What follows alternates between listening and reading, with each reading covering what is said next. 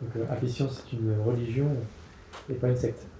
Ah ben, pour moi, oui.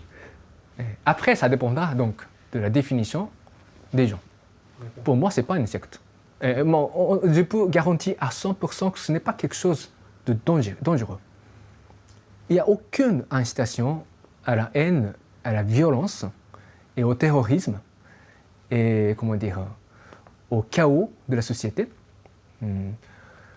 On souhaite vraiment, même s'il y a des choses qui ne fonctionnent pas au niveau de l'organisation, faire fonctionner une organisation comme ça, c'est très compliqué. Je l'ai observé depuis quelques années, depuis beaucoup d'années même.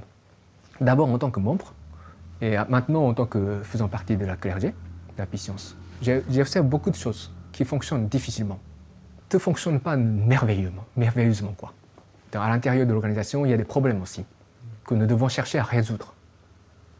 Et nous le faisons tous les jours. Mais, au niveau de principe de ce mouvement, il n'y a pas quelque chose qui font penser à la secte. Au niveau de principe. Au niveau apparent des messages, comme tu l'as dit, avec les révélations sur l'actualité, il y a des choses qui choquent. Et d'ailleurs, Maître Okawa se proclame l'incarnation de Dieu, Dieu de la terre, qui s'appelle El Contare. C'est pas très correct, ça, cette façon de dire les choses. Parce qu'il dit qu'il est un être humain. Il vit en tant qu'un être humain, avec toutes ces limites d'un être humain. Il tombe malade. Parfois, il y a des choses qui ne fonctionnent pas comme il veut. Il assume aussi. Il ne cache pas. Par exemple, il a des problèmes avec ses enfants. il a un petit problème avec ses enfants, surtout avec le fils aîné. Donc il reconnaît que ça n'a pas bien marché. En tant que père, je n'ai pas été un bon père, il dit. Ça manquait d'amour. Hein? Ça manquait d'amour. Je ne sais pas. C'est très difficile. Une famille. Plein de choses peut être dit là-dessus. Mais c'est pour dire que même si il dit qu'il représente le Dieu de la terre, El Contare, il ne dit pas qu'il est parfait. Voilà, sur le plan humain. Mais il a sa mission et il essaie de répondre à sa mission.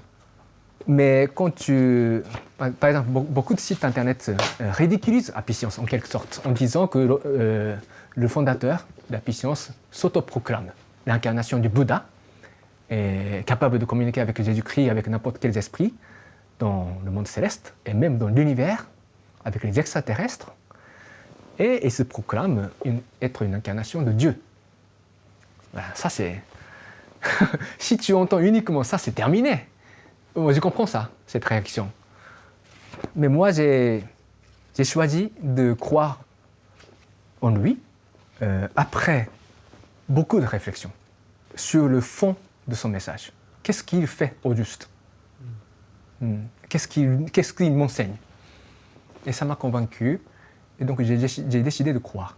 Moi, ma prise de position, parce que ce type de choses, de savoir s'il est Dieu ou pas, aucune preuve ne peut être offerte, n'est-ce pas? Même s'il publie beaucoup de livres à une vitesse inhumaine, mais ce n'est pas une preuve d'être Dieu. Donc, il n'y a pas de preuve. Mais voilà, donc s'il dit qu'il est là pour représenter le Dieu de la terre, même en tant qu'être humain, du fait de sa mission avec laquelle il est né sur terre, je crois en lui, quand il dit ça. Mais voilà, donc c'est compliqué. Donc même pour Jésus-Christ, il se disait fils unique de Dieu. Il faut passer par moi pour retourner au ciel, il a dit. Donc ça a créé beaucoup d'ennemis. Qu'est-ce qu'ont fait les Juifs, par exemple? Il faut se convertir au christianisme pour être sauvé. Et donc la position des chrétiens, c'était oui. Et je pense qu'il y a beaucoup de chrétiens qui pensent encore maintenant comme ça. Moi, j'ai rencontré il y a quelques années, quand je faisais du tractage, d'une brochure qui parlait quelque chose concernant le Bouddha. Et donc il y avait une dame qui a pris, c'était à Paris, qui a pris cette brochure, a regardé un petit peu, puis elle a fait 100 mètres, quelque chose comme ça, après, avant de revenir vers moi, pour me déclarer, vous êtes en France, vous êtes dans un pays de liberté, vous faites ce que vous voulez. Mais vous n'avez pas le droit de conduire les gens en enfer en prenant une foi dans le Bouddha. Il a dit, c'est pas au Moyen-Âge. Donc, les fanatiques religieux existent toujours. Voilà. Donc, bien sûr, je pense que les fanatiques peuvent exister au sein de la puissance aussi. On peut très bien être fanatique avec cet enseignement. Je pense que l'essence de cet enseignement n'est pas ça. Et j'essaierai de défendre cet aspect de la puissance que je considère comme essentiel. Parce que c'est quand même la science du bonheur, ce n'est pas la science de la guerre. Ces aspects choquants n'est pas l'essentiel du message.